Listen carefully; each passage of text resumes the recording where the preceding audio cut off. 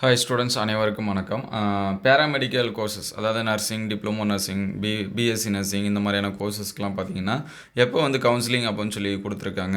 என்ன அப்படின்னு சொல்லி பார்த்தீங்கன்னா பிஎஸ்சி நர்சிங், பிஃபார்ம் உள்ளிட்ட துணை மருத்துவ படிப்புகளுக்கு எம்பிபிஎஸ் கலந்தாய்வுக்கு பிறகு மாணவர் சேர்க்கை நடத்தப்படும் அப்படின்னு சொல்லியிருக்காங்க. நிகழாண்டில் பார்த்தீங்கன்னா 67,000க்கும் மேற்பட்ட விண்ணப்பங்கள் அப்ளை பண்ணியிருக்கிறதா சொல்லியிருக்காங்க.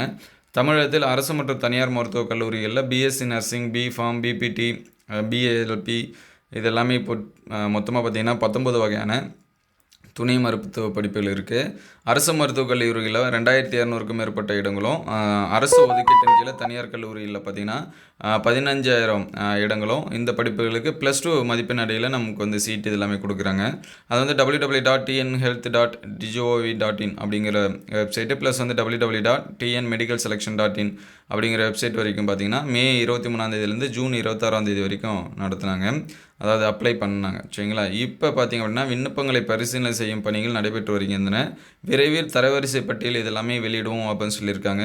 எம்பிபிஎஸ் கலந்தாய்வு முடிஞ்ச பிறகு தான் நமக்கு துணை மருத்துவ கலந்தாய்வு, அதாவது பேராமெடிக்கல் கோர்சஸ்க்கான கலந்தாய்வு நடக்கும் அப்படின்னு சொல்லியிருக்காங்க. என்ன ரீசன் அப்படின்னு சொல்லி பார்த்தீங்கன்னா, இப்போயே நடத்தினா சீட் வந்து எல்லாமே ஃபில்லப் ஆகாது. ஏன்னா நிறைய கேண்டிடேட்டு எம்பிபிஎஸ் கேண்டிடேட் எல்லாமே அதுக்கும் நீட் பாஸ் பண்ண கேண்டிடேட்டும் இதுக்கு என்ன பண்ணியிருப்பாங்க, அப்ளை பண்ணியிருப்பாங்க. சப்போஸ் வந்து எம்பிபிஎஸ் கிடைக்கல அப்படின்னா நம்ம வந்து இங்கே போகலாம் அப்படின்னு சொல்லிட்டு அவங்களுக்கு இப்போ வந்து செலெக்ஷன் லிஸ்ட்டு இதெல்லாமே அட்மிஷன் இதெல்லாமே போட்டாலும் அவங்க வெயிட் பண்ணி பார்ப்பாங்க. அதனால் சீட் எல்லாமே பேலன்ஸாக இருக்கும். அப்படிங்கிறதுனால எம்பிபிஎஸ் கவுன்சிலிங் முடிஞ்ச பிறகு பேராமெடிக்கல் கவுன்சிலிங் வந்து ஸ்டார்ட் ஆகும் அப்படின்னு சொல்லியிருக்காங்க.